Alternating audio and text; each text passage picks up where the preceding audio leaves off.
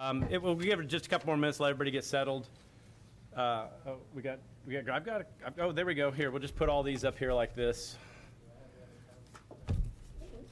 For those of you that have not been here for the last couple, this is how we direct the planes over at PDK, like we're on a carrier back in the World War II. I know I'm not very funny, but I crack myself up. Anyway, we're glad you all could come out tonight.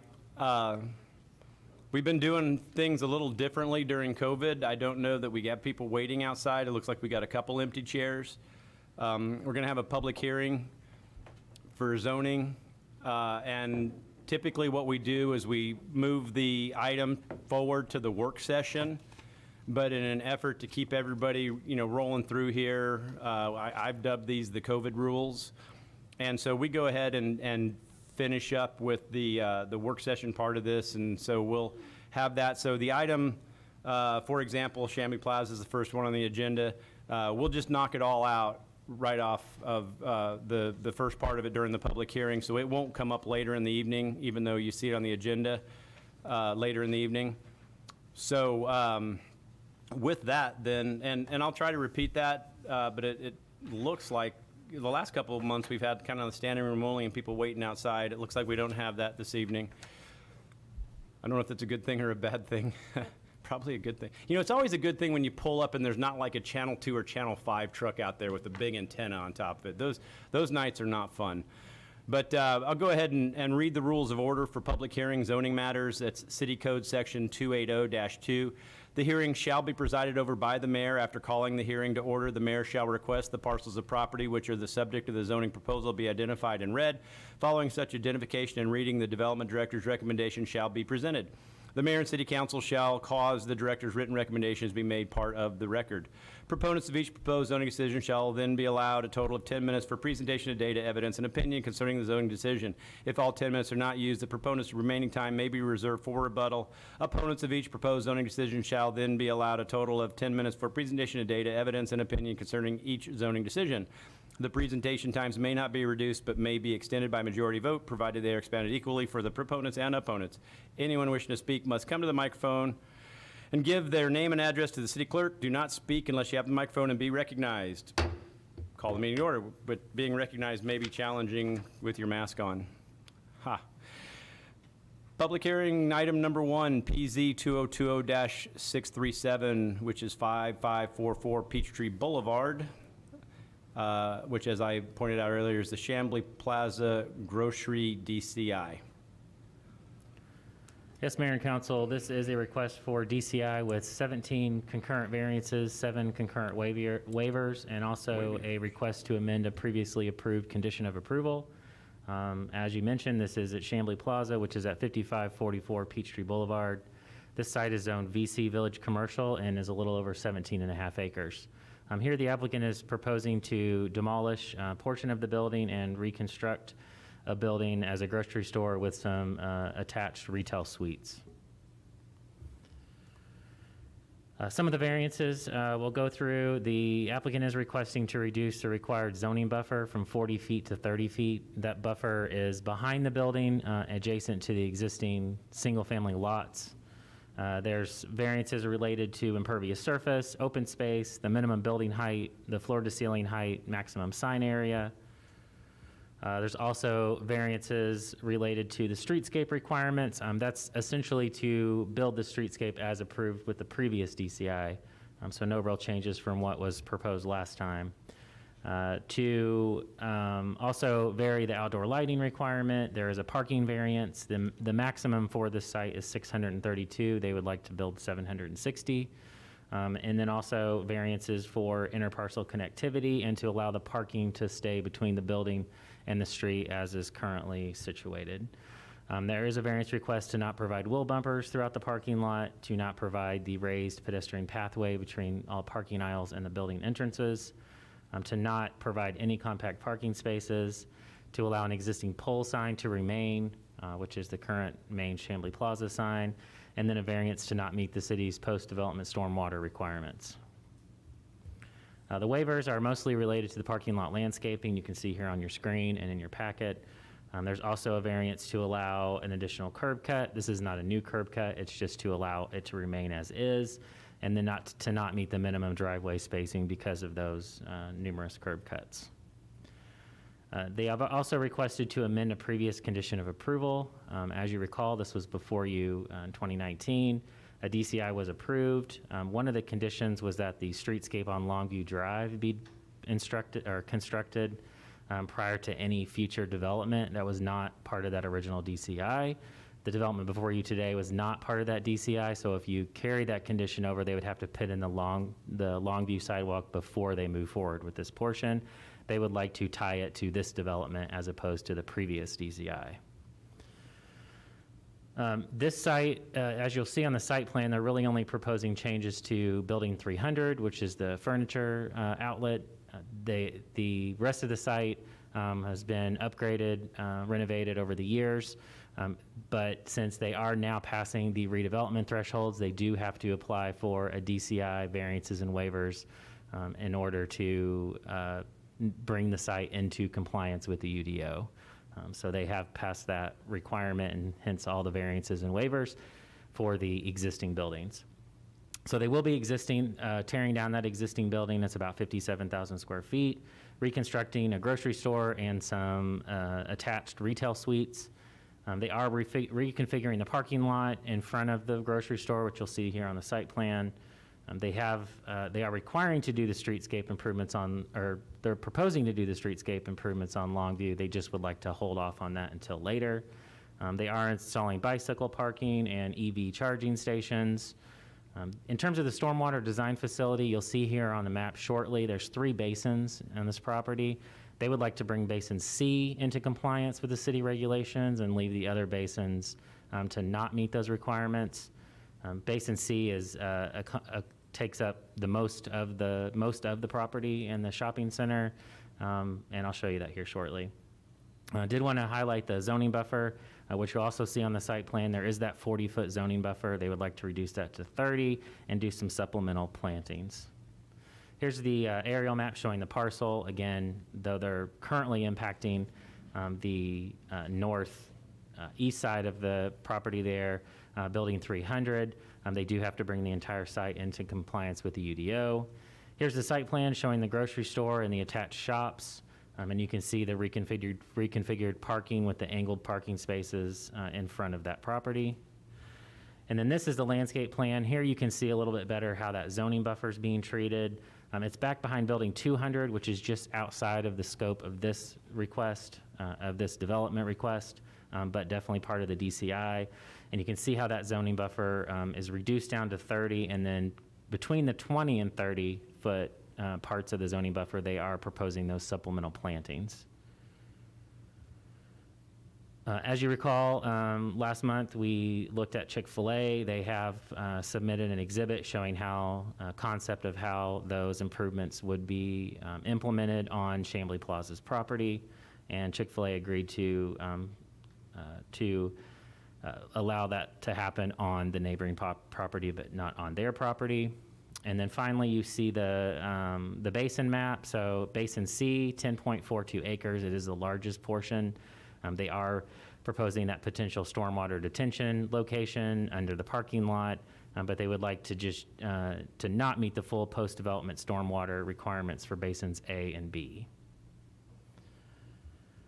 They have submitted elevations. As you can see, at this time it's proposed to be a Publix, and you can see the attached retail suites with just the generic tenant sign on the front. And then they have submitted 4-sided elevations. This is the rear and the side. And then they do have a colored rendering showing what it may look like at night. Photos, everybody should be pretty familiar with this. And you can see that they do have the streetscape in the front. Either complete along Ivy Lane and Peachtree Boulevard are still under construction.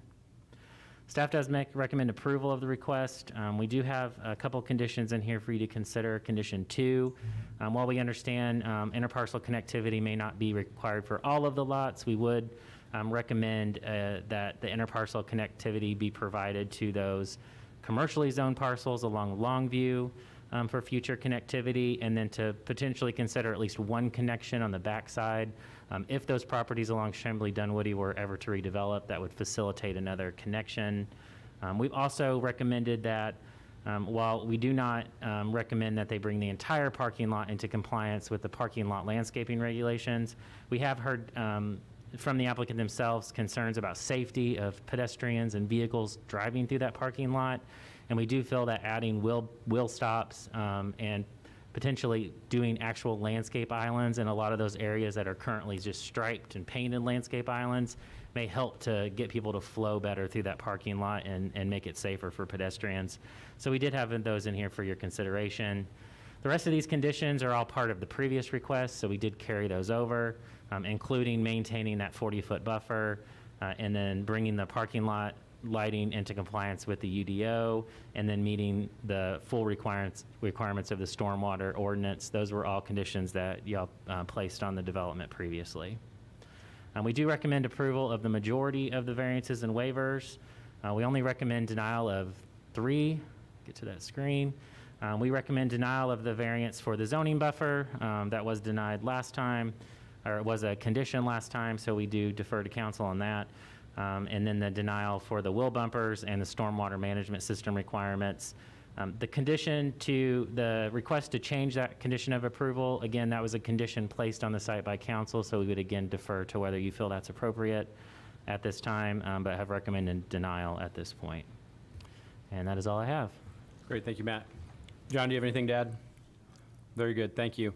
All right, so we'll move on to the public hearing portion of this, or we're in the public hearing, but we'll hear from the public. Those wishing to speak in favor will have 10 minutes. Please make your way to the microphone, tell us who you are, your address, and or how you're related to the project. I think you need to turn your mic on. There it is. There you go. Thank you. All right, good deal. Good evening. I'm Brian Kay. I'm the civil engineer working with Atwell, 1800 Parkway Place, Suite 700, and that's Marietta 30067. I'm here representing the applicant, Chamblee Station, and joined today with Vince Reggio and the architect, Peter Hiskett. I wanted to kind of jump into the items that Matt was talking about related to the denial. I think some of these items we have went back and relooked at the staff's recommendations, and I appreciate the staff being so diligent in their review and going through these items meticulously. We wanted to kind of jump into the buffer item, the zoning buffer, variance number 1. We looked at, this was a item that we had some concern with early on due to the operations of the back of house of all the tenants. And we went back and relooked at this, and this is something that we're willing to, drop. 40 feet is fine. Looked at it, and we're okay with that. The item about stormwater detention, more recently, with some recent storm events, especially lately, we've received such heavy flood events, ranging anywhere between the 50 and the 100-year storm. And it's been very evident that flooding has occurred on site and within Peachtree Boulevard. Now, we can't prevent all the flooding that's contributing to Peachtree Boulevard from other developments, but on our development, Vince did a really good thing and called us up and said, listen, I got a huge concern about this. Let's go back and relook at this rock situation. Let's go back and look at the stormwater regs.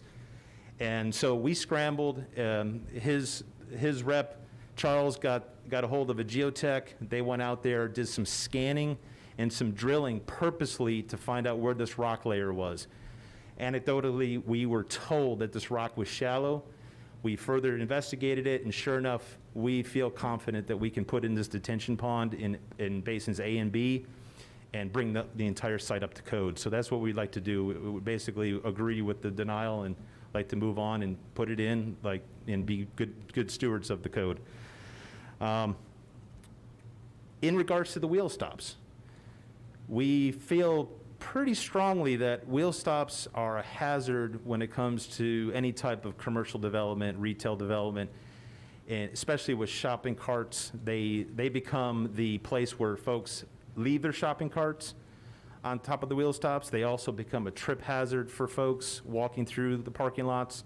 Although we know why they're asked for, We often see national retailers, especially folks like Publix, remove them from their developments. They become more of a liability, if anything. And quite honestly, when it comes to maintenance, they collect trash, and you basically have to hand sweep behind these wheel stops. We understand the concern for parking or for driving through the parking lot and making it a vehicular path easy to cut through. What we're proposing to do is add some additional elevated pedestrian crossings, and that was based on the handout that I hope, Leslie, I hope you gave that to everyone. I'm sorry, Emmy did that, sorry. And I hope everyone got that handout. Basically, it's a site plan showing the proposed raised crosswalks for the development. We added 3 additional crosswalks from the original 2 that were part of the Chick-fil-A DCI. Those, we feel, will be beneficial to help slow down traffic, mitigate, calm traffic, as, the term is used. And quite honestly, give an aesthetic look to the development as for the layout. In regards to the other variances and other modifications, we really do appreciate the thorough review, and we don't have any further discussion with those variances unless you all have some questions about that. And Vince and Peter are here in case you all have some questions related to the architecture of the building. But I will say I'm very happy to be part of a project with Publix. After 4 years of trying to deal with Publix and getting them to sign this lease, we are moving forward with a unique store. And the city of Chamblee should be very proud to be part of this unique store design. Thank you. Great, thank you very much. And we will ask in a little bit if the council has any questions. But in the meantime, we've got about 5 minutes more for people wishing to speak in favor. Yes, please come up. Sorry. After we disinfect. I don't know. Yeah, where are we buying Lysol? I don't know that it's on the shelves anywhere. Thank you, Mr. Mayor.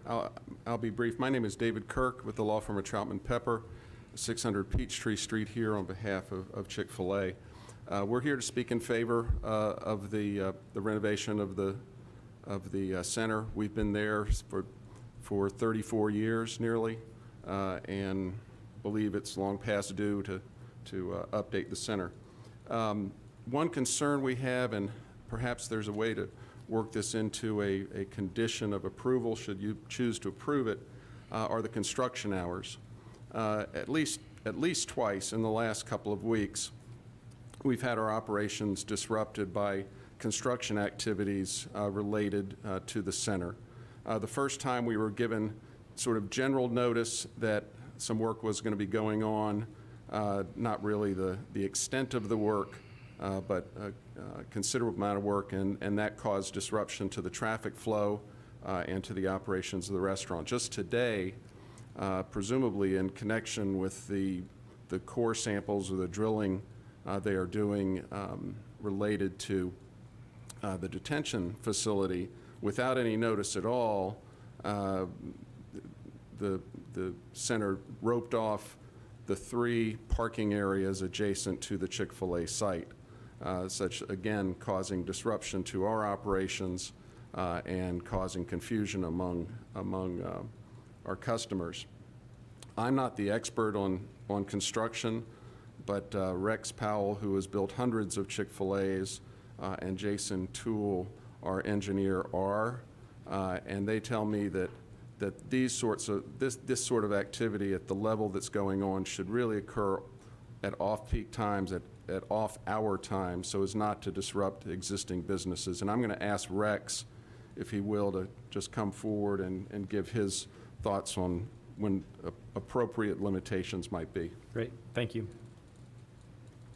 You bet. So hello, Rex Powell with Chick-fil-A, 5200 Buffington Road, Atlanta 30349. So thanks for hearing us. One of our concerns, obviously, as stated, is that when we're trying to operate a business, and we've got businesses around us, we clearly want to work with our neighbors as they're improving their center.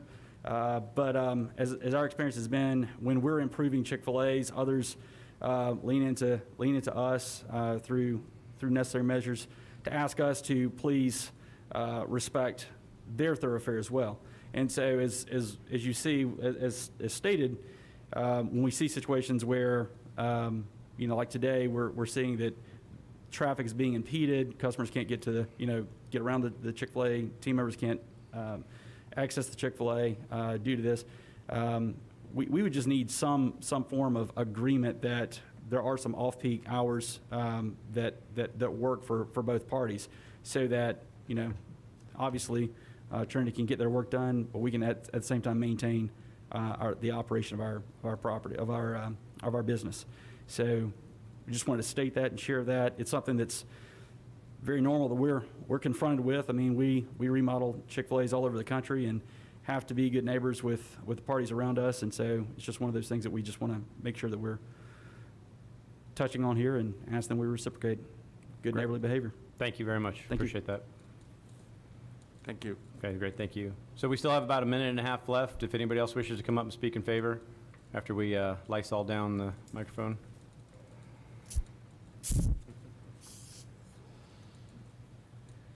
Brian Kay again with Atwell. One item that I forgot to mention had to do with the waiver for the condition concerning the streetscape.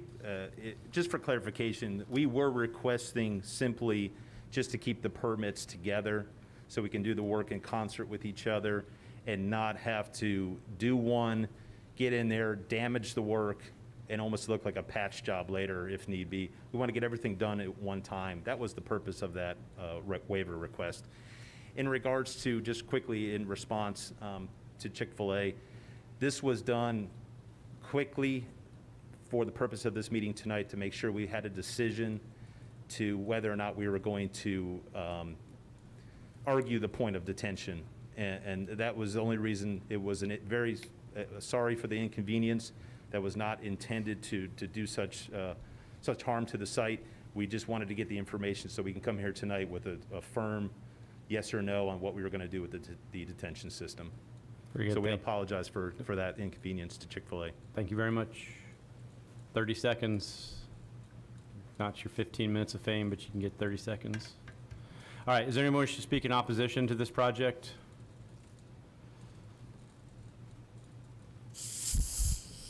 But you gotta let us clean things down. COVID rules. My name is Tim Darnell. I reside at 2364 Poplar Springs Drive in Brookhaven, but I'm here on tonight on behalf of the Masonic Lodge that is going to become in a few short months a very close and personal neighbor for the Publix, which we're very excited about. However, the city of Chamblee and the council has a long, very established reputation for adhering to the original requirements that are imposed on a developer when it wants to come in and move into the city of Chamblee. And so we would urge the council to adhere to the original requirements and the original DCI that was imposed on Trinity when this project first developed. We're very suspicious when a developer comes back before a governing body and asks for revisions or requirements to what was originally agreed upon when they moved into the area and began the project. And that's why I was surprised when I read and was hearing that your staff is recommending approval of everything that Trinity is requesting. This is the first we've heard of a one-way street between our building and the Publix. We're excited about the Publix. We think it's going to be a tremendous boon to our membership. We also know that our parking easements that we own are more valuable to Trinity than our own property. Trinity has made various offers in the past to purchase our property that were not really worthy of consideration. That and the fact, just on an aside, that business that has been part of Chamois Plaza for over 6 decades, that was founded by one of our members, is now being priced out by Trinity. Doesn't do a whole lot in our eyes to reinforce the fact that Trinity has the best interests of the community and the property in general.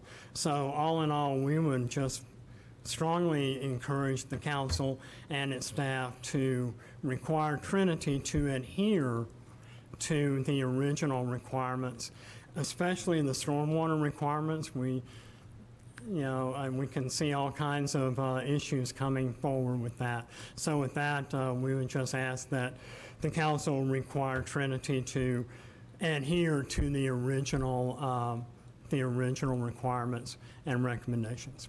Great. Thank you very much for being here. Hey, would anyone else like to speak in opposition? All right, very good. So as I mentioned to start off the meeting, we'll go ahead and dispense with the work session portion of this particular topic right now. So at that point, I'll just ask the council if they have any questions of the staff and or the applicant about this particular item. Leslie? I do have a question, and it is about your stormwater, so that might be for you. I live down the My hill. pleasure.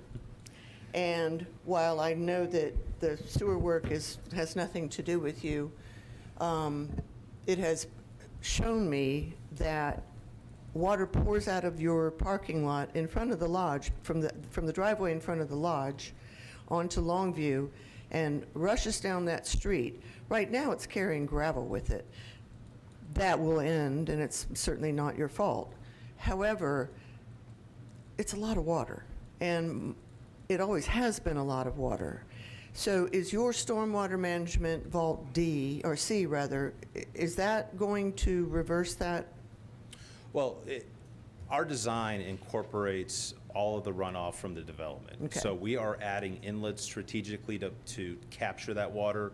And when the opportunity presents itself, we will grade, change the slight pitch of the road or Yeah. the drive to help encourage water to go to that drain. Okay. So the intent is definitely there to help improve. We understand this development from, early on, everything drains to the road, and we're trying to change that concept.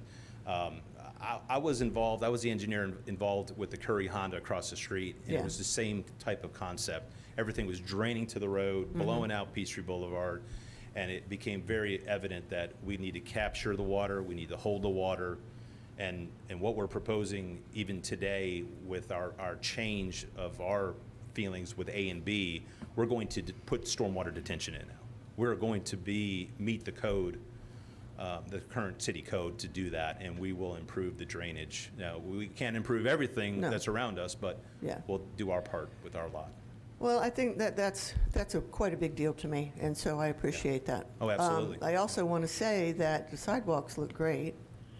The landscaping's going to be lovely, so kudos for that. I think that the entrance, from the Broad Street entrance is, I think you've dealt with that pretty well. I'm happy with the way that that's going to flow, and, that was a big concern of mine as well, just because of the way that the island sits now, and now that's not going to jut out and obstruct traffic and make Yeah. people wonder where they're going. Absolutely, and being part of the previous DCI condition, that's what we wanted to address, Yeah. and we feel the same way. So Yeah. we really, Vince really wants to do the right thing out there, and that's, again, the Chick-fil-A debacle today that happened is because we wanted to make sure we had that correct information in time for this meeting tonight. Now, I think the architecture of the building looks lovely, but I have a concern, and I also have a question.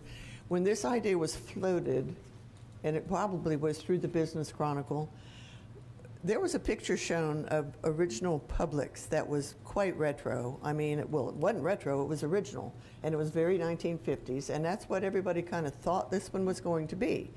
Now, it's not. I like the design. I just need to have an answer to when I get questioned about it.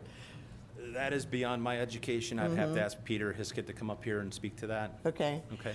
But I do want to ask a question about that, under the pitched roof, that whole panel, that's going to be lit, and is that going to be, That's going to be your architect here. He's gonna- okay.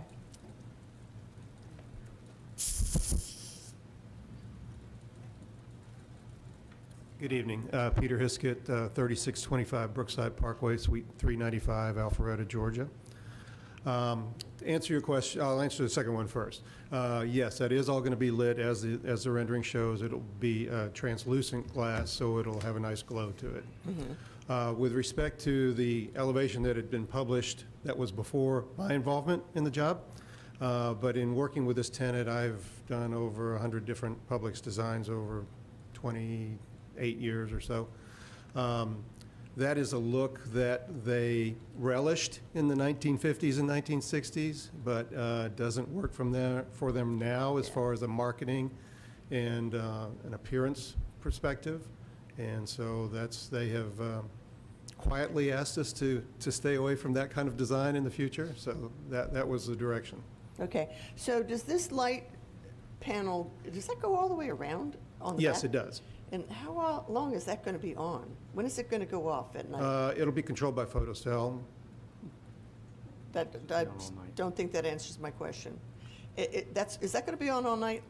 That's the intent, yes. It will be on, but we can have it, we We're can gonna talk want- about it as far as being on by photocell Yeah. at dusk, or it can be turned off by time clock when the store closes. That's going to have to happen. That's probably what they would prefer, actually. Yeah. Okay, all right. That's it for now. Very I'll good. ask a Thank you. follow-up question to that. Darren? Is the concern the lighting all around, or is it just towards the neighborhood? Towards the neighborhood. So could that be mediated by just putting a solid back panel on it towards the neighborhood, so you're not glowing down on all the houses? Keep the front and sides open, but We certainly could. I mean, Yeah. that's, I mean, there's, we're not to that point yet as far as design, so. Mm-hmm. But I think it's going to have to be dealt with because the houses behind it, it's going to be on the level or above the houses behind it. And yes, it will be above them. yeah, and I don't want to look at it, that's for sure. Okay. Okay. Thank you, Darren. Great, thank you. All right, any other questions? I have a question. Mr. Mesa? I was looking at the design of the parking lot and the entryway, and I guess I don't remember the discussion about there's some sort of curbing or something along the right side of the entryway. Is that correct? Am I looking at this new thing correct? I guess you're the engineer. I don't know if that would know that. Mr. Mesa, I'm sorry, I'm not quite following your question. So, right along this path right here, that looks solid, but I just don't know if that's an optical illusion or that's actually some curbing. 'Cause right now, currently, you could come in here and just veer off that way. They're just striking. But it appears that now there's curbing because there's islands, that kind of stuff.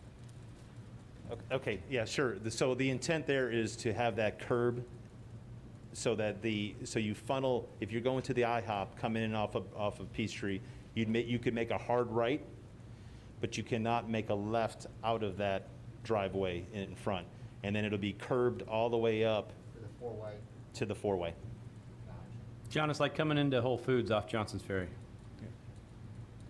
Full paycheck? Yeah, I got you. I do have one more comment. I live down the street, and I completely understand that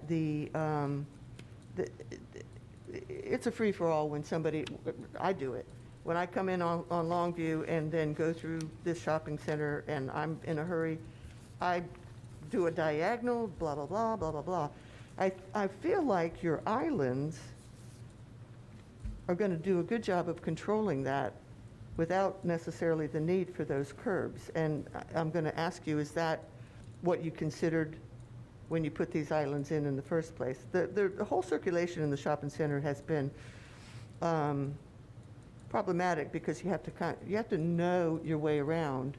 So for a first-time person in there, they don't know that they have to go this way, that way, or the other way to go across the shopping center. But it looks to me like you've done a good job of making the traffic be intuitive. Right, and islands serve kind of a couple purposes. Usually with cities here, especially in the south, it's landscape islands. Where I grew up, we used that for snow piles. Yeah. We didn't have islands. The snow plows would hit those things and kill them. Did you grow up in Alaska? Right. What's that? So it serves as a means of traffic control. Yeah. And to keep people in a funnel-type condition. Now, aggressive drivers, we can't control. If somebody wants to cut through and weave in, the good thing with Publix is from 7 o'clock until 9 o'clock, 10 o'clock, there's cars in the parking lot. You can't just, now, it's a free-for-all. So yes, that serves a purpose. And some of them, we were asking for variances, we can't do the 5-foot separation, the Long Islands. Those don't work with shopping carts, and you got to have too many cut-throughs. And before you know it, what are you really accomplishing? So there's things that we have asked for purposely because of this user. And yes, it's a means of controlling and also identifying the traffic flow within the development. The only other question that I have is the gas station. You are not proposing in any way, shape, or form to put the sidewalks in on either Longview or Peachtree Boulevard in front of the gas station, or beside it, and/or beside it. That is correct, based on this, this submittal, yeah. Is that something you would consider?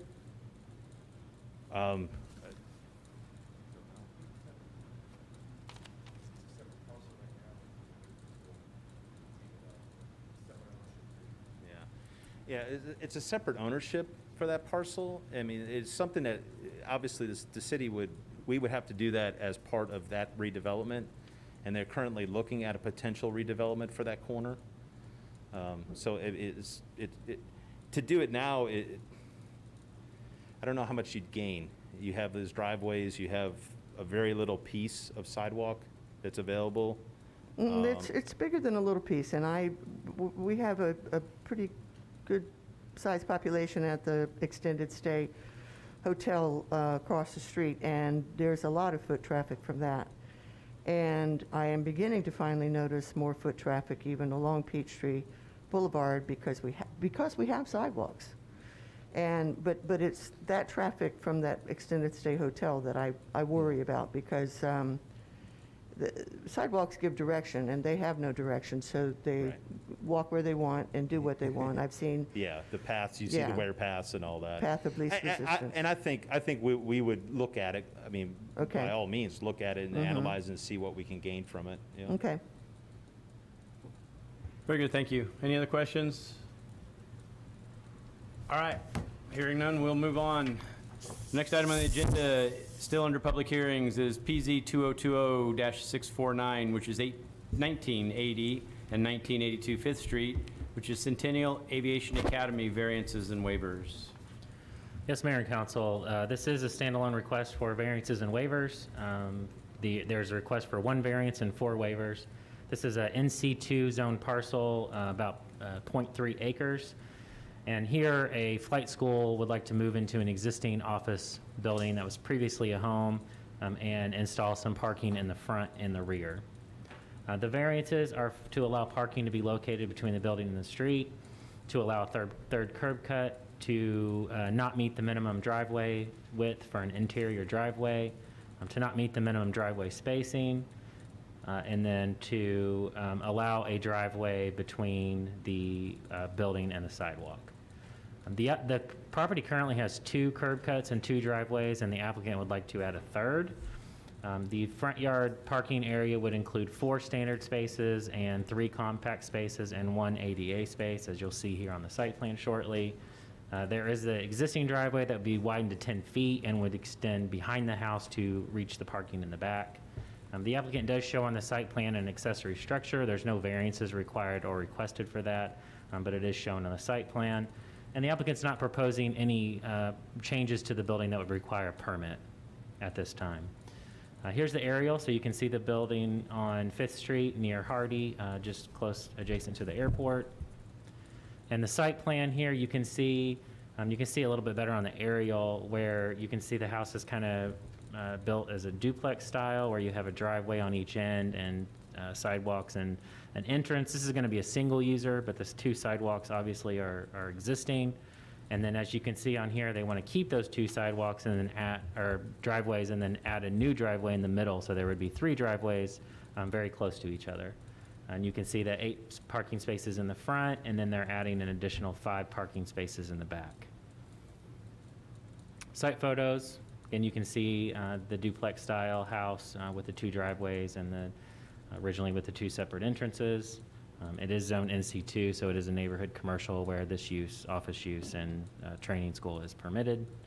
Staff does recommend approval in part and denial in part.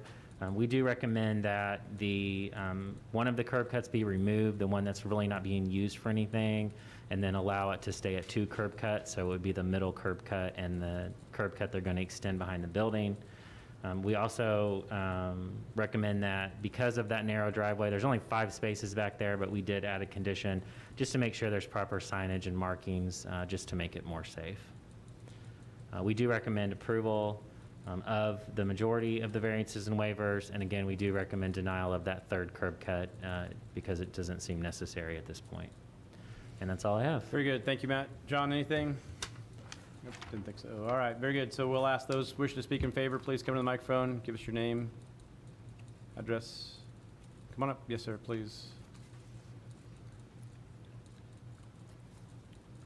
My name is Rohan Bhatia. It's 1980 5th Street, Atlanta, Georgia 30341.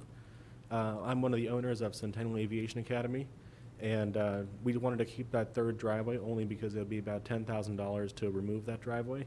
And with the current pandemic, we only budgeted enough to be able to build the proposed parking lot. So just to be able to save money, and also in order to, long term, we do have planes located at the hangars near the airport. So I'd like to have a golf cart running back and forth, a street legal golf cart to take customers back and forth.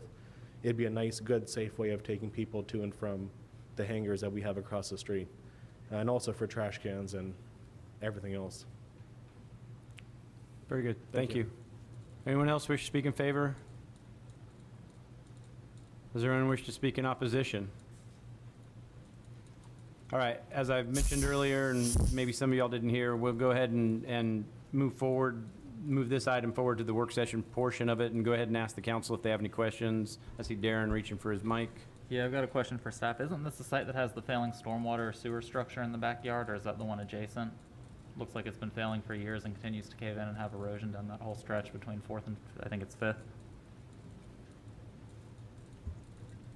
Sorry, you're asking me if it's in the backyard, the storm structure? Yes, if that's on this block or if it's the next block where the stormwater outlet is effectively eroding the entire backyards. I don't believe so, but I can find out and let you know. Okay, I didn't see it on the survey, but it's either on this strip or the next one, and it might just start one Yeah. property over, but there's probably one of the most serious stormwater issues I've ever seen in the city over there. It says 16-inch steel piping on one of the drawings, but I think it's off the parcel. Go back, Matt. Oh, sorry. There? Yeah. There's a small one and a big one out there. It's either this block or one over, and it might just start one parcel over, but it's one that we need to be aware of and be ready to address. So if we could please look into that. And Sure. maybe even take Al with you to take a look and see if that's something we need to do as a city. Okay. Any other questions? Just one. Yes, ma'am. I don't suppose that the person who did these drawings is here. I'm just curious as to why you want to put so much of the parking in the front of the building when there's more space in the back. I've driven by this, and the house itself has been redone very, very nicely. It's quite attractive from the street. I'm just not quite sure why some of the parking can't be put in the back and not quite 8 spaces in the front and only 5 in the back where there's more room. Yes, sir, if you'd please come up and address that. Would you like the name and address again? No, you're fine. Okay. We got you. Sure. So one of the reasons is we have a lot of students, most of them ages 17 to 20. And since the driveway is so narrow, I'd rather them not have to skirt the side of the house. I want employee parking only to be in the back of the house. It's a very tight squeeze, and I recognize that just the way the property is. So if I can have them in the front, it minimizes a lot of risk. And plus for my handicap space, it's the only way to keep that gradient to a bare minimum there. Very good, thank you. And Darren? you want to put your instructors and plans with these folks that you're not comfortable driving next to a house? It's kind of, that's what everybody was thinking. That's a really good point. Is there a possibility for some impervious type pavement or something that is a little more pervious? Pervious, yes, sir, please come up. Yeah, you might as well just hang out up there for a little while. Sounds like we got more questions. Sure, so I wouldn't mind doing some kind of a brick. There is a stream right in the back, and we've stopped the parking lot design right where that stream starts. So I have had a couple of water guys come out, and they've said, hey, as long as you stop the building right where the existing stream is, you should be golden there. So, and I'm going to take, there is currently existing some French drains there, so we'll take those French drains and make sure that they drain properly into the stream in the very back of the property. I was really referring to the parking lot in front. I guess you're going to be taking out all the grass and which is a pervious surface, to maybe some other situation where you're having more. I'm over here, by the way. Oh, there you are, sorry. It's a little challenging right now. I know. You can't see my lips move, right? I didn't know if there was some sort of, some other options that you've maybe have explored to look at to see if there's something, like you said, there's some brick products, there's some that have bigger gaps in them that Sure. that will, I don't know how we can make that a condition. I have to get with Matt on that. All that is fine. We're happy to use bricks. I'm looking to extend that French drain that's in the very front so that all the water can go somewhere. I recognize that that's a huge issue, so Sure. we're happy to do that. I now have a question for you, Matt. I don't see a stream delineated on this site. That's right. There's no, according to the survey and the data, and the city engineer went and looked, it's not a blue line stream that would require a buffer. Okay, all right. Very good. Are there any other questions? One other question. I hear the term French drain misused so often, so explain to me what you envision a French drain to be. It's currently an underground drain. It's a giant U-shaped channel that runs the entire length of the front of the house, and it directs water straight back to the very back. And so there's a pipe in the bottom, and it's surrounded by gravel and filter cloth and et cetera, and there's no drain box inlet into it. The soil percolates the water into it. Straight down Okay. into it, yes, That's a ma'am. true French drain. All right. It's good to know. I like those true French drains. Very good. Any other questions?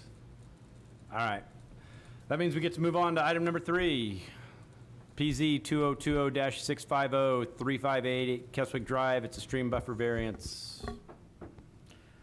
Yes, Mayor and Council, this is a stream buffer variance. The applicant's requesting to demolish an existing home and reconstruct a home and partially impacting the 50-foot and 75-foot stream buffers, zoned NR1, 0.3 acres.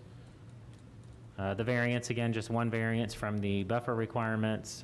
As you know, we have a 50-foot stream buffer variance that is basically non-disturb, and then an additional 25 feet, which we call the 75-foot buffer, where you can disturb, but you cannot have any impervious surface. The applicant here is looking to demolish the home and construct a 5,000 square foot plus 2-story home.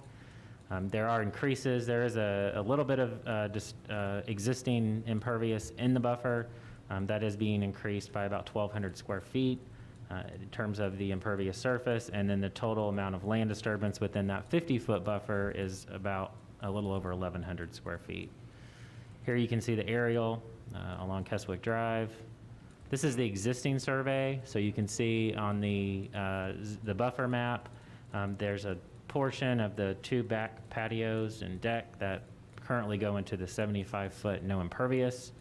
And then this is the proposed site plan. So you can see here, the house will extend back the deck, and can't really see that. Yeah, the screened-in porch, it looks like, goes pretty much all the way up to the 50-foot, and then there's some disturbance in the 50-foot.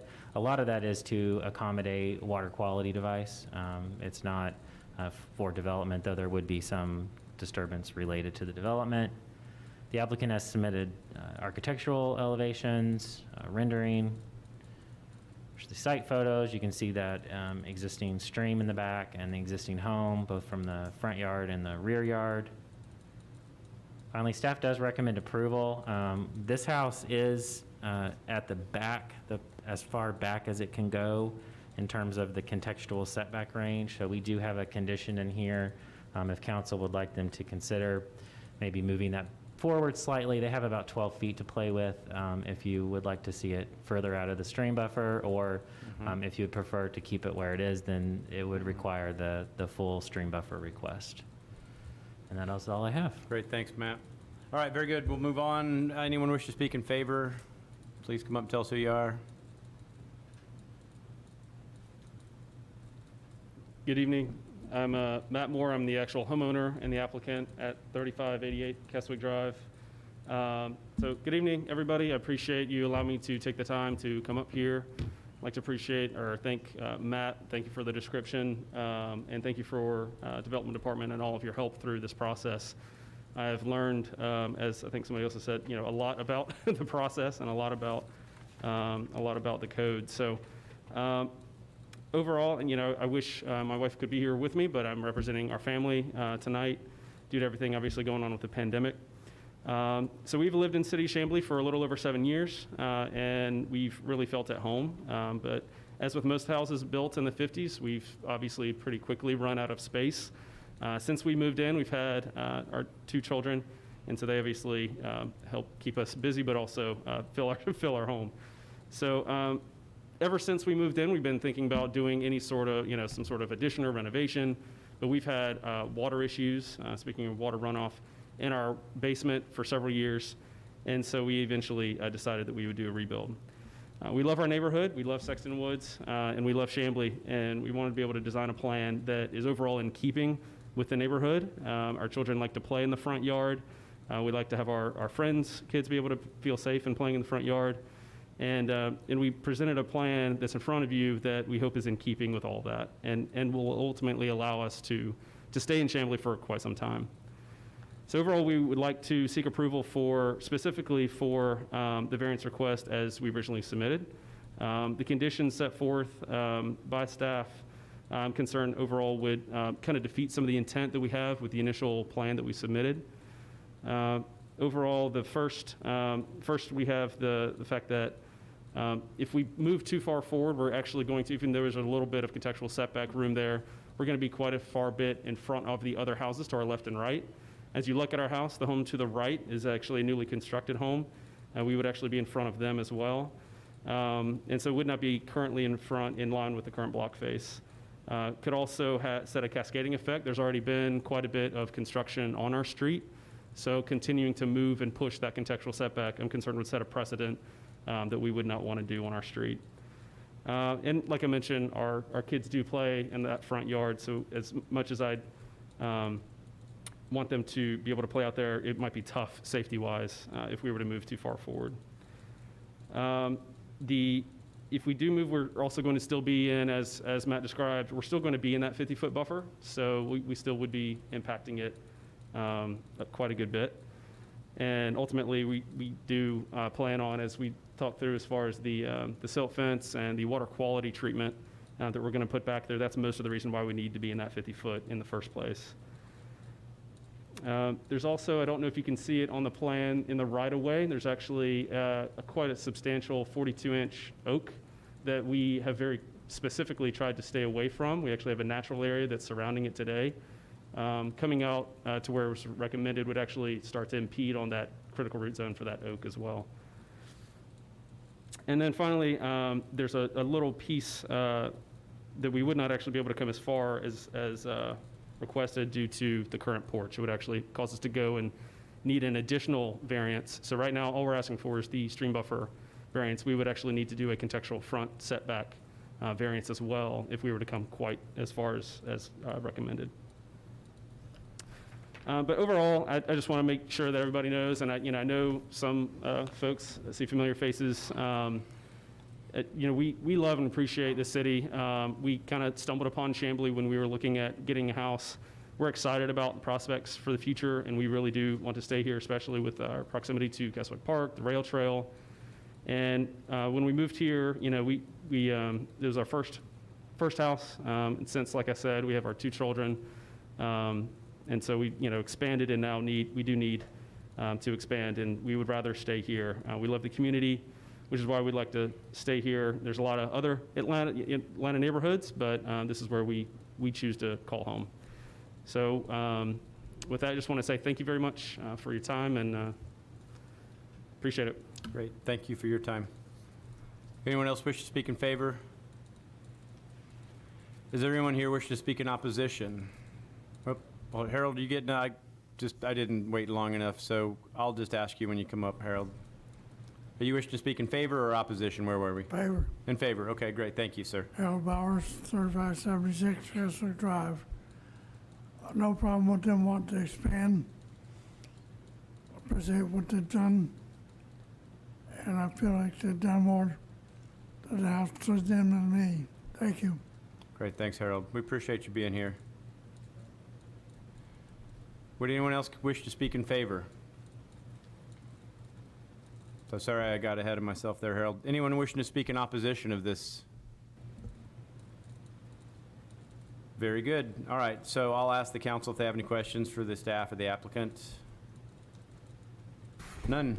I'll get something going here. Okay.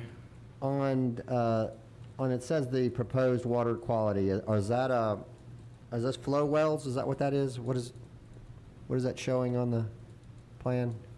Matt or So Matt? what type of water quality?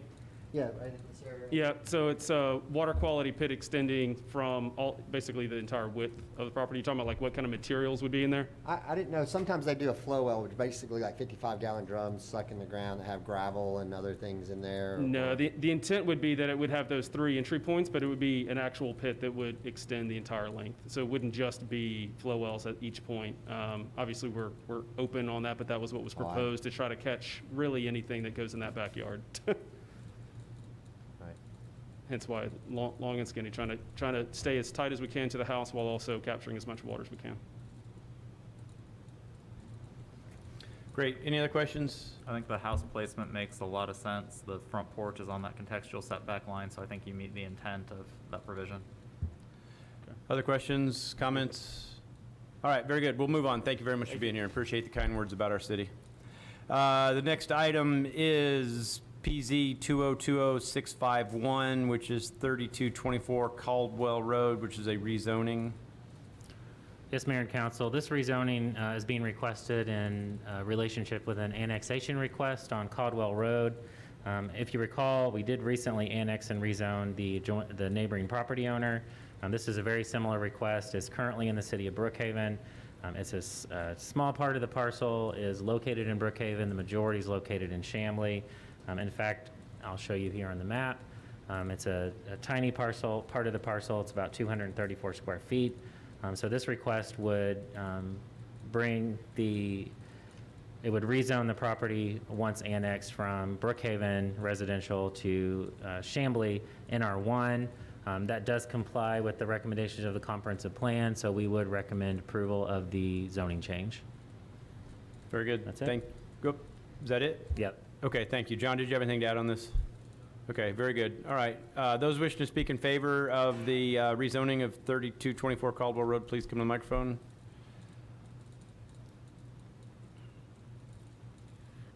My name is Carolina Garcia. I'm the owner of the property, and just thank you to everyone that helped me process this. I'm a new homeowner, so I don't know how these things work. But my neighbor did it. It took me a little bit longer, and we really enjoyed the city. We get all the services from you guys, and we've never had any issues. We've only been here for 1 year, and I love the app as well to request things. And we're not getting anything from Brookhaven, and we're paying taxes to them. And it's a tiny piece of land that has 1 tree. That's it. Great. Thank you very much. I wouldn't want to give anything to Brookhaven. All right. Anyone else wishing to speak in favor? I mean, I think we all should come to the microphone on this one, but, you know, maybe a little biased on that. All right. Anyone wish to speak in opposition? Brookhaven's obviously not here. All right. Does the council have any questions? Leslie's reaching for her microphone. I don't have any questions. I just want to voice my being in favor of this. There you go. What a great public hearing. All right. Anyone else? All right. Very good. Thank you very much for being here. We'll, so those of you that don't know, we'll take up these items Tuesday evening in our regular council meeting, but we have dispensed with all of the work session portion of this for all of the public hearing items. So they won't be discussed again this evening. They will come back up on the agenda Tuesday evening for the council vote on these items. So anyone want to make a motion to exit? Motion to exit the public hearing. Second? Very good. Is there any discussion? We have a motion, second, to exit the public hearing. All those in favor? I think, yeah, there we go. And I see Karen over there, you know, she's from Chicago. She vote early, vote often. I saw her put both hands up. All right, so with that, we'll try to keep moving right along for y'all so we don't keep you too long. Call to order the work session for August 13th. Can you believe it? Don't believe we have any staff or announcements, presentations. John, no good. Staff action item, city clerk, we have approval of the minutes from the city council public hearing work session. I made a boo-boo for item B, the city council regular meeting, July 21st, 2020.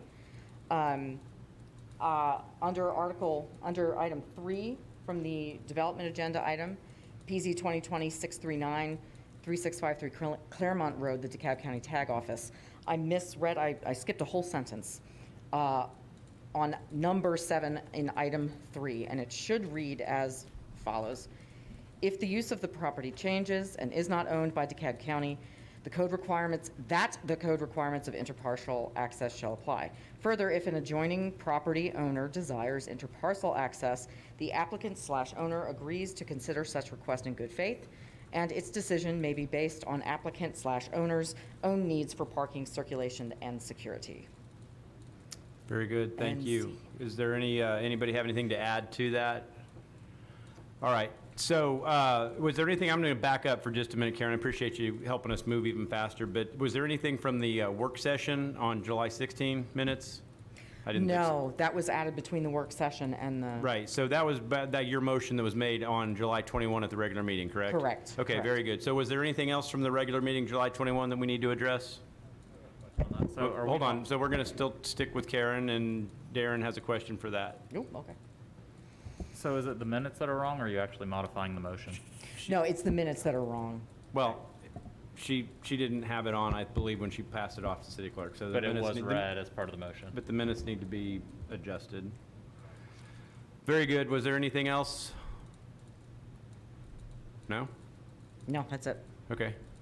Nothing else? Okay. Next item, city manager, we got City Hall Design Services contract amendment. Thank you, Mayor. There was some discussion as we moved forward with the City Hall design about amending the design services to include the existing City Hall and converting that space and adding in some art space and potential theater space. So we spoke with the company that's doing the design of City Hall and received a quote for $210,000, roughly, $210,677, to provide construction-ready drawings for that renovation of the current City Hall if we would like to move forward with that. Our recommendation, if we do move forward, is that we would need to at a later date bring a budget amendment to the council, and that we would, if we go forward with that, those funds would be, we would propose be reimbursed by any bond that we pursued. So that is our current contract amendment that we wanted to get further input on. Very good. Thank you, John. Does council have any questions or discussion on this? All right, moving right along, we got the Georgia Power binding cost estimate for underground utilities along Peachtree Road. Thank you, Mayor. We've been working with Georgia Power for quite some time on Peachtree Road and the potential of varying lines there. We received an update just the other day, Thursday of last week, from Georgia Power, and this number has moved for us in the past. It's been, as high as $50 to $60 million to bury those lines. We got a new non-binding estimate of $10 million for the entire length of the road and $4 million from I believe it was McGaw to Pierce. So with that, for Georgia Power to move forward with a binding estimate, a cost that they would hold us to, is $20,000. We would pay that to Georgia Power to receive engineering for burying the lines and getting a truer cost estimate. Very good. I see Leslie grabbing for a mic. I think I need you to repeat that. From McGaw to Pierce is a long way, so. It is. What is the other price for, from? McGaw to Pierce was the lower price. There's more, the way I understand it, there's more equipment located between Pierce and Chamblee Dunwoody Road, and so that drives the cost up. Okay, so the cost of doing all of Peachtree Road would be those combined? Is 10, yes, the total would be 10 million. I see, I see. The Okay. non-binding estimate we received Yeah. was 10 million total. John, did I read correctly that that's just for the power lines, not for any other utilities? Yes, that is true. Typically, Georgia Power is the larger of the expenses, but there would be the potential for expenses from other carriers on those poles. Would they not work in? They all work in tandem, yes. conjunction with, yeah. I guarantee you, if we were to move forward, we would find lines on those poles that no one claims that we would have to investigate. So there would be some additional costs, but usually it's the lion's share is Georgia Power. It's their poles primarily. Very good. So is this is the section from Pierce to McGaw? I'm sorry, this is McGaw all the way to Chamblee Dunwoody is what we're currently talking about for a total of $10 million. So it would stop between the new development and Vintage. Would it go past Vintage or would it stop? It would stop at Chamblee Dunwoody Road, yes. I'm not sure if it would cross the road. Matt, do you? I don't think they priced, crossing the road. I think it was to Chamblee Dunwoody Road. So you would have a pole at Chamblee Dunwoody Road prior to crossing the bridge there. And I'm more interested in the section of between Pierce and Broad Street. I don't really find the power lines going down in front of Mercy Care and those things to be particularly obtrusive, but they do get kind of jammed up and crowded, in front of Southbound and Blue Top and the new Cablet property and then to another extent the Vintage. And it seems like we're going the wrong way, but that's just me. Any other discussion? No? All right. Thank you for the comments. John, thank you for looking into this for us. That's important. We have the CARES Act, IGA, and budget. Yes, Mayor and Council, we have been in discussions with DeKalb County. DeKalb has received funding from the CARES Act, and through negotiations with the DeKalb Municipal Association, they have offered, and we have worked with them, an intergovernmental agreement. There's still some negotiations going on the actual agreement, but in the majority of which we've worked through issues. There's a few minor things left, but out of the several million, hundreds or so million or more that the DeKalb County received, the city would receive, based on our population, more than 3.4 million. And so we are asking, and I'm sorry, in addition to that, recently we've attended some seminars and worked with GMA to understand how cities can spend this money. And one of the primary things that the CARES Act says, and the Treasury Department and the State Office of Planning and Budget department has said, is that you can use this to reimburse city public safety salaries and expenses. So that would give us a clean auditable trail for moving forward with receiving the $3.4 million. And that is our recommendation, is to, for the council to consider authorizing the mayor to sign the IGA and for that budget to be set aside for payroll expenses and personal services. I received an email just today that there was discussion amongst the county. The county has not approved the IGA yet, but they did apparently reach out to DeKalb Municipal Association and said that if the cities would approve this by Tuesday, they would take this up on Tuesday. So that's something for consideration of this council. I'm sorry, John, you dropped off. If we approve by Tuesday, they would what?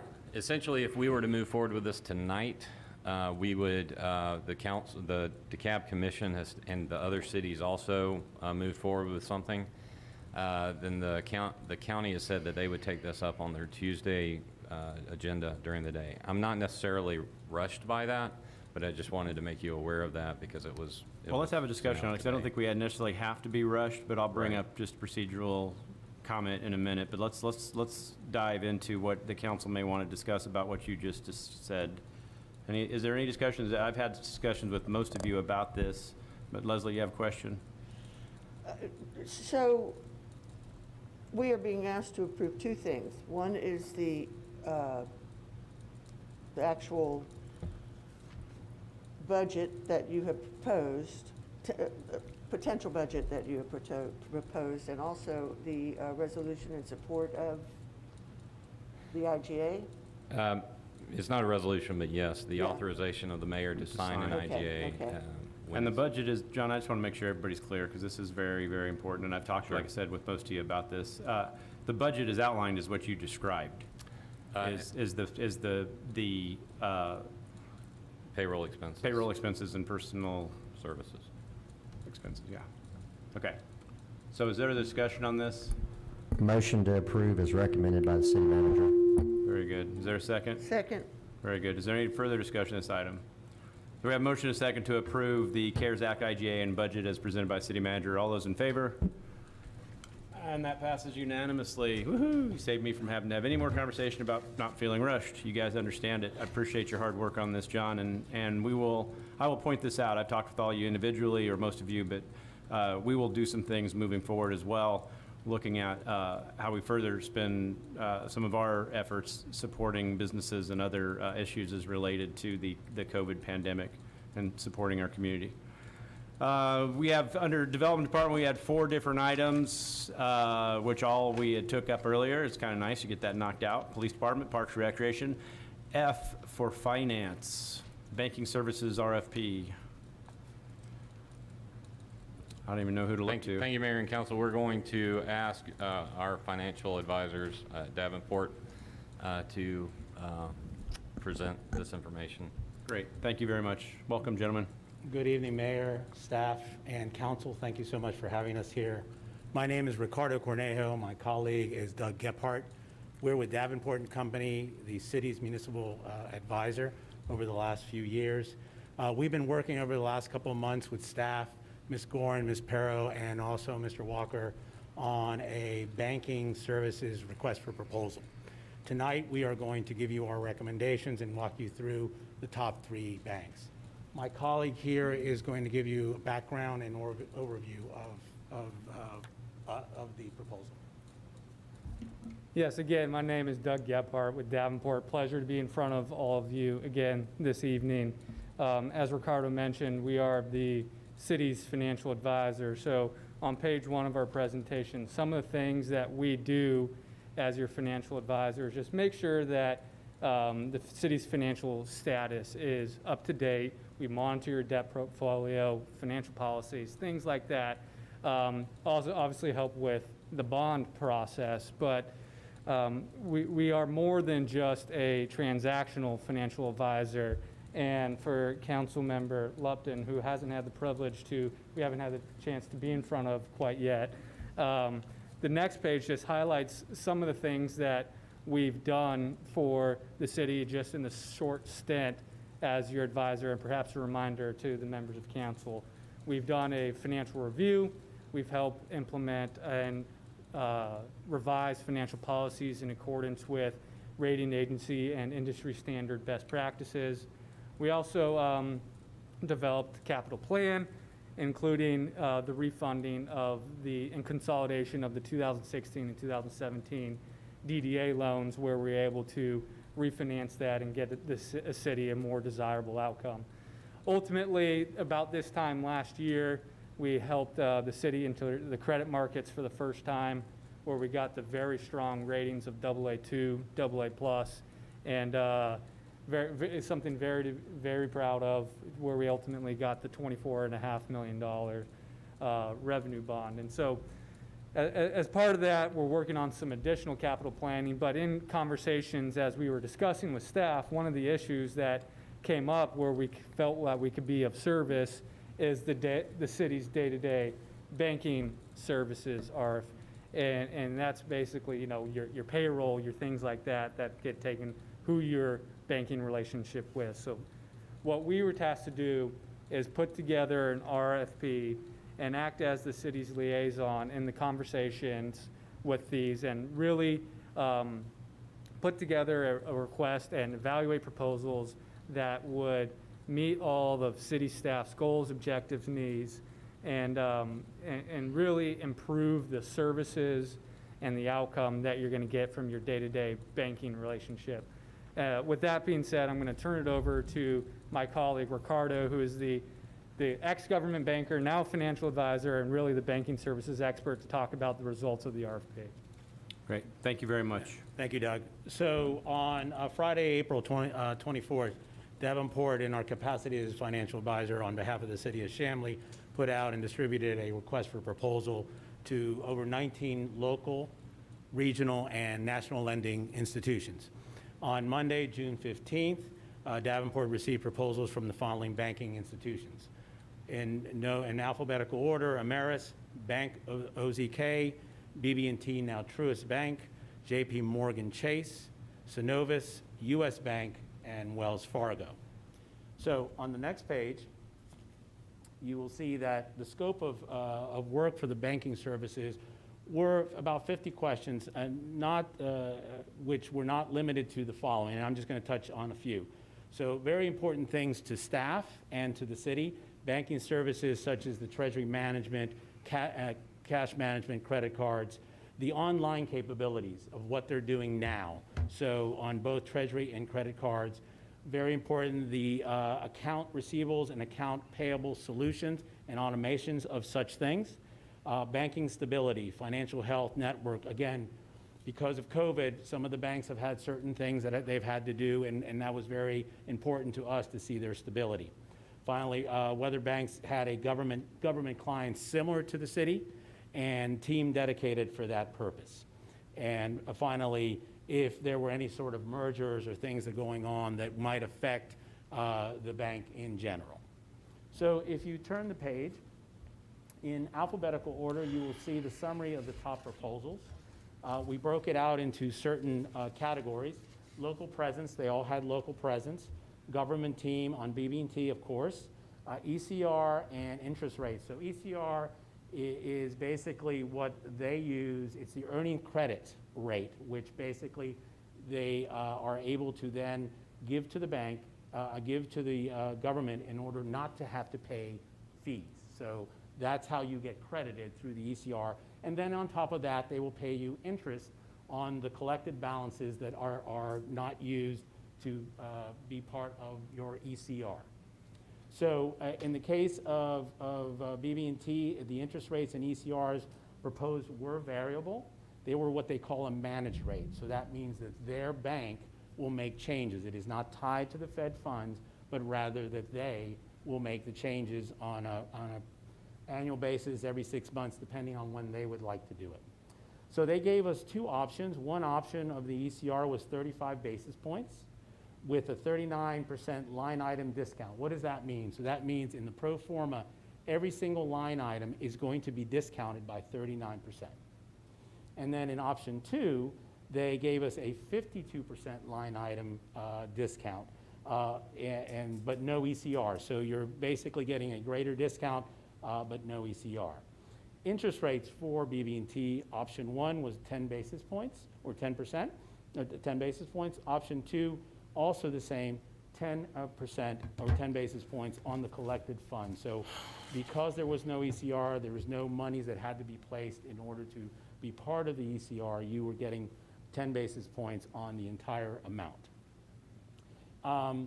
Miscellaneous, so we asked these 3 banks to give us an online demonstration of their capabilities for both treasury and merchant capital, merchant services. And it's very important for the staff to understand what they can do, what reports they can run, how easily and how friendly they were able to go through that process. Again, we felt as a staff and as Davenport that the online demonstration in a whole was somewhat mediocre. There were no bells and whistles that made us say, wow. The merger with SunTrust is a bit of a concern and may affect the online platform. Maybe not now, but maybe a year from now, where they may have to make some changes again. So you'd actually almost go through 2 different types of implementation. So Synovus, again, local presence, government team, yes. The ECR and the interest rates are guaranteed for 12 months, and they're tied to the Fed funds. So your ECR is 40 basis points, line item pricing guarantee. So that means on your pro forma, they will be guaranteed for all 6 years of your contract. So they will never be increased. No implementation fees for 6 years, so there will not be any fees when they implement with the city.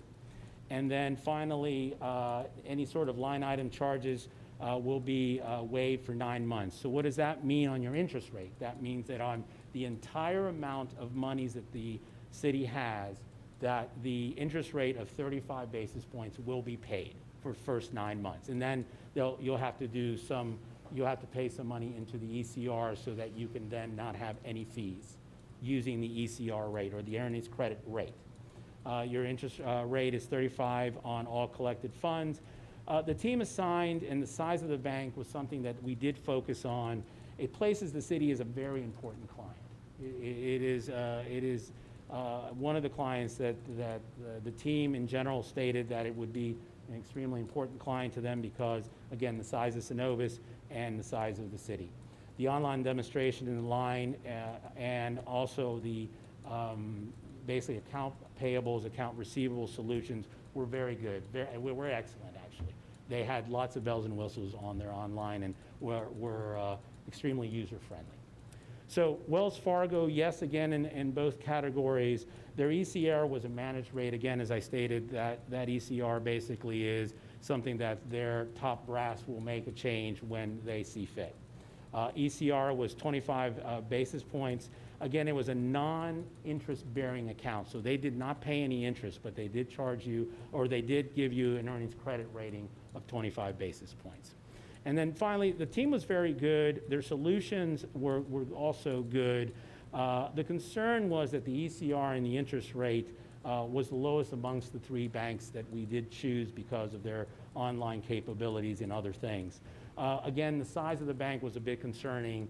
Wells Fargo is a very good bank, but is also a very, very large bank. So with that being said, if you switch over, this is a little more information on Synovus. Again, I'll just highlight a few things. Again, them waiving their line item fees for 9 months, guaranteeing the fees for this contract, specializing on the implementation, which will be important to staff. And then dedicated government solution team. So they have a dedicated commercial team, they have a treasury team, and they also have a government team. Then on the other part, the evaluation of the current merchant process, that's very important. Again, that's your accounts payable, accounts receivable, a strategy for those. And then finally, annual relationship reviews, strategic banking partners that they want to do, and then finally, any product innovations to serve basically their customers. So with that being said, Davenport and staff, we recommend that the city accept the Synovus proposal for banking services based upon the following. The Synovus bid had the best online platform for both treasury and credit cards and met the scope of works requested by the RFP. The account payables, account receivable solutions, and automations were excellent and produced efficiencies and would save time processing for the staff. The three teams that they had, both on the local treasury and government, had one point of contact, strong implementation schedules, ability to provide analysis for the cities operating to prior to implementing any of the opening accounts. The references were very good and similar to the cities. So that was important. And then finally, no additional implementation fees for the life of the contract, analysis fees waived for 9 months, and the balance of those fees would be subject to a 35 basis point interest rate. So with that, we would prefer as today, next steps, today, August 13th, the City Council would have the selection of the banking institution and approve to begin the negotiations with the winning institution. And so my partner and I will answer any questions that you may have. Did you guys discuss cash vault services at all? I'm sorry? Did you discuss cash vault services at all? I know that's something our team's been considering for a while. Smart safe technology? I don't believe so that we did. Okay. I mean, so John, this is really more of a comment for you. It looks like you guys did a great job, and I agree that it looks like Synovus's pitch is kind of the most competitive.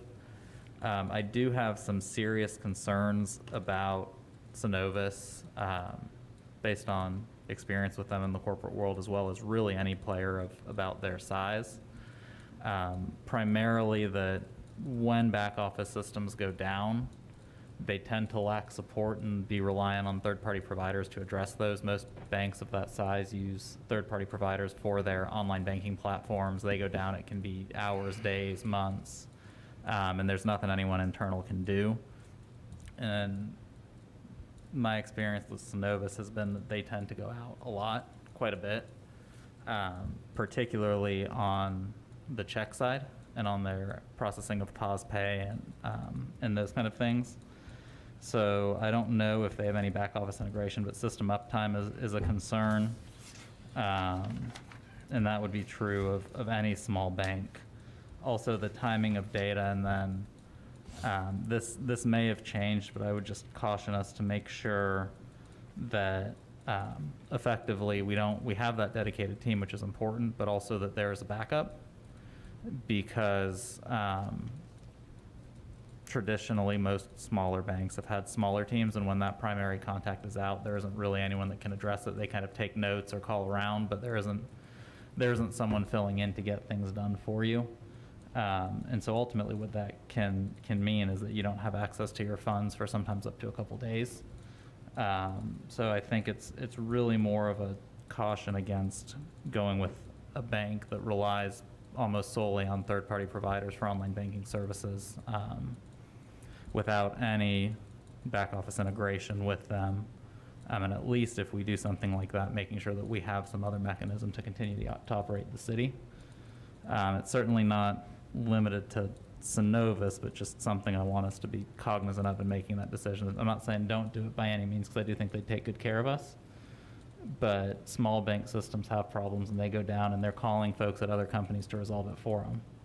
And so if it's out, there's nothing you can do, and we just need to make sure that we're prepared for that.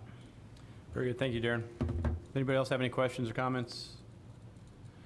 All right. Thank you very much for being here, gentlemen. We're going to move on. We got a couple more items here. We have under economic development, we have the gateway signage update for Beaufort Highway. I didn't get my Lysol You didn't spray. get the Lysol. I mean, No offense, they're come on, man. That was not personal. I feel so bad. Thank you. No. Thank you, Mayor and Council. So we are working with Confluence Design, who was actually involved in the initial, the original designs of the gateway and wayfinding system that we have in the city, working with them to update, refresh our signage system, starting with the gateway signs, just so we can take it like chunk size at a time, given the limitations of our budget. And so Confluence and staff met with folks from We Love Buhai and Plaza Fiesta to kind of talk through design ideas reflecting the cultural diversity in Chamblee and specifically on Beaufort Highway. And so what we came up with were a handful of cultural inspirations for the Hispanic and Latinx cultures. There were 3. This is the first kind of textile, Serapa inspiration that you find in quite a few of the Latin American countries, specifically in Central America, Mexico, and Guatemala. The vibrancy, we want something to reflect that, as well as all the colors in the tiles. The toilet is just a picture for inspiration, not what we're going to have on the signs, but just to give you an idea of how far that design has gone and the intricacy of it. And then third is the papel picado, which you see in Mexico. You can actually see at Plaza Fiesta, they update theirs every season. They get theirs made in Mexico. But you see it everywhere where they have celebrations and fiestas, very well known. And then for the Asian inspiration, we had 2. One being the lanterns, of course, very much something that you see, an imagery that you see in all Asian cultures. And red is a symbol of wealth, is a symbol of good luck.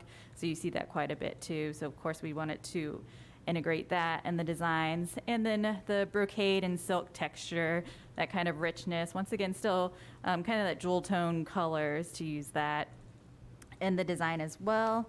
Before I get to those proposed designs, we asked Confluence to take a look at the existing wayfinding or gateway signs, see where they suggest either adding to or replacing or, I guess, augmenting the current signs that we do have. It's kind of hard to see on this map, but the existing gateway signs are marked on here. There's one on Beaufort Highway, one on Peachtree Boulevard right now, and then I think we go into detail.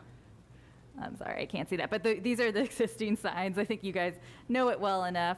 This is the one that's on Beaufort Highway. I believe it's near a BP station. It's a little blocked off now. And then the other one on Peachtree Boulevard, very close to the Brookhaven and Chamblee city limits. And then suggestions for where we could put new ones, specifically these ones that we are getting designed. Although, of course, these designs can be used anywhere in the city. This is by Plaza Fiesta. We're thinking about the Hispanic and Latinx design there. Or this is right by Lee's Bakery, kind of in the Aldi shopping center, putting a sign there as well, very close to the Claremont Beaufort Highway intersection, so kind of like the gateway into the Chamblee side of Beaufort Highway.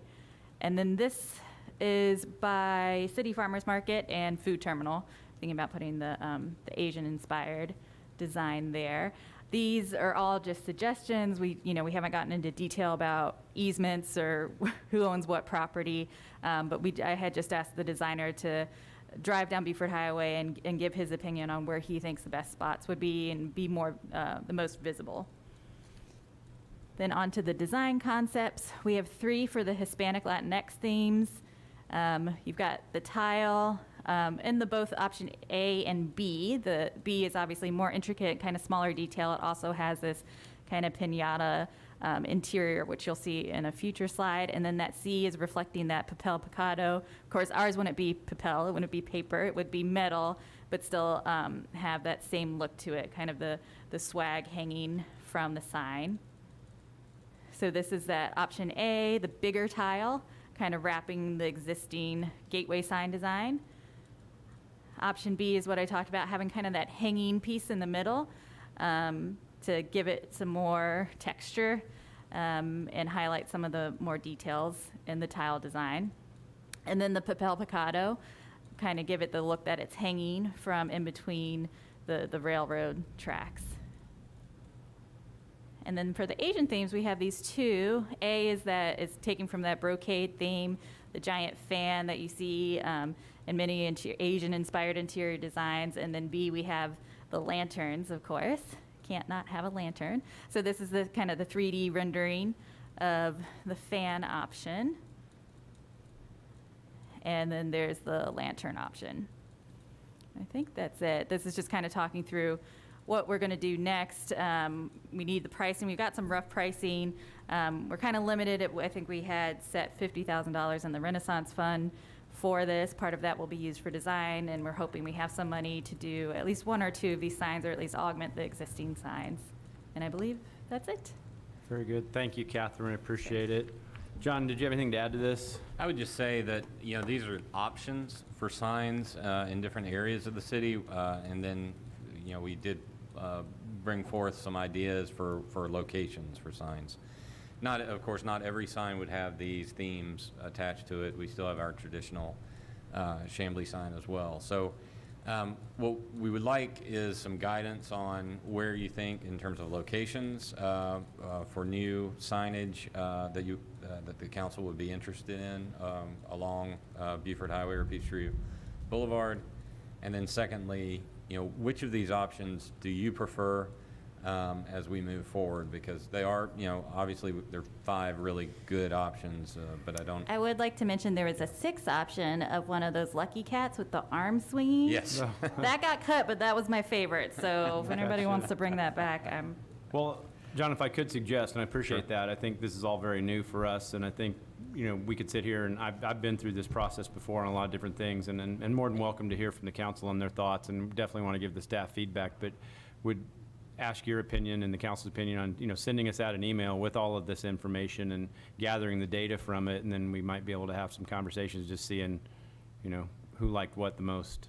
Sure. And what we would Unless do- you need something tonight, or... We don't need anything tonight. What we will do is we will send that out and ask for the feedback within the next couple of weeks, and then we'll just send out the results and kind of move forward with some basic decisions on that. Very good, thank you. So I'd like to provide some feedback tonight, just because I'd like the other members of council to hear it and that kind of thing.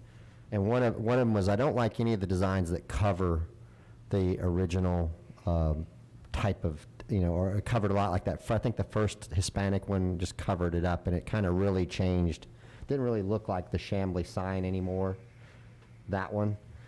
So I don't like any of those, but all the other ones are fine as far as the type or style.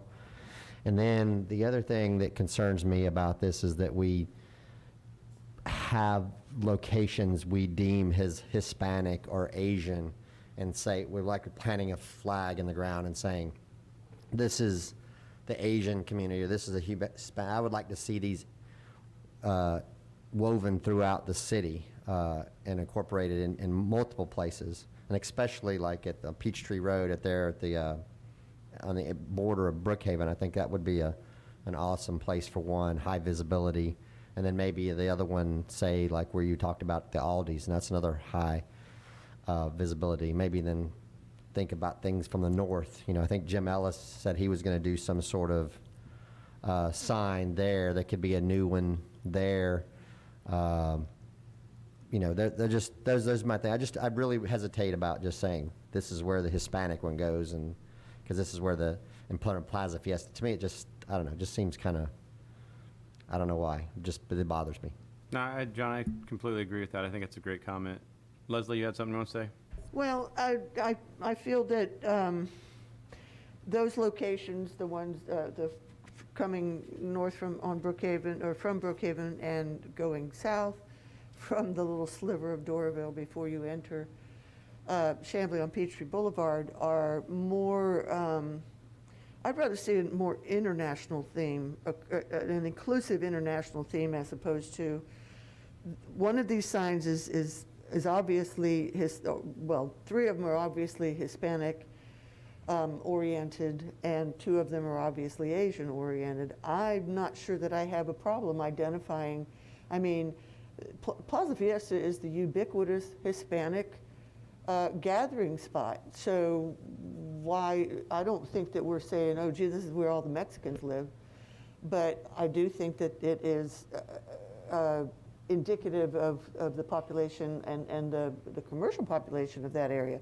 Whereas I would have a harder time figuring out where to put the Asian one,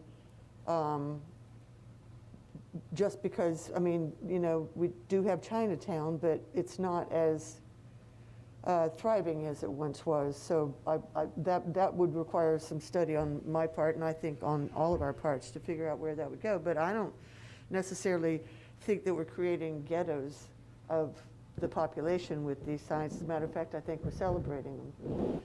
So that's what I have to say about that. As far as the signs themselves go, I like the third one with the Pepel, the flags, and I like the one with the Chinese lanterns. That's great, all good comments. Anybody else have anything they want to add to that? Thank you so much, Catherine. You know I'm so excited about this. I'm just loving it, loving it, loving it. Woohoo! All right. If you're loving this, go look at the Cablik development at the hole in the ground, because guess what? The sculpture has been put in today. Oh, very cool. Darren, yes, anything you want to add? I do. I saw them working on it. I didn't see that Please one let up. the minutes reflect that Karen leapt into the happy dance. Somewhat related, I just wanted to see where we were on the urban trail signage. Is that something we're still working on, or is that something that's kind of been put on hold with COVID? Yes, that is something we're still working on. It did get slowed down because what the big chunk that we're missing is the historical information. Like we have 2 to 4 sentences on each. So we have staff that is doing research. They had to wait until the DeKalb History Center is back open, until the library is back open. It's still a bit of a struggle. I'm not going to lie. We need more substance. That's what we really need. But yeah, it's still very much on our to-do list and something we want to do. Yeah. Cool. And if with the history project failing, if we need to revisit that, we can. Very if it good. even makes sense to do if we don't have it. Thank you. So- Brian, did you have anything you wanted to add? No? Okay, very good. So John, this doesn't need to move forward then for, all right, very good. If everybody would too, please make sure comments well known when they send this out. Boards, authorities, committees. I see a few people that are bored. I don't see anybody in authority. On Tuesday evening, we won't have any first reads. I don't believe that anything was supposed to move forward that we missed this evening. Oh, the annexation, right. That needed to move forward, Emmy, so that'll move forward to first read.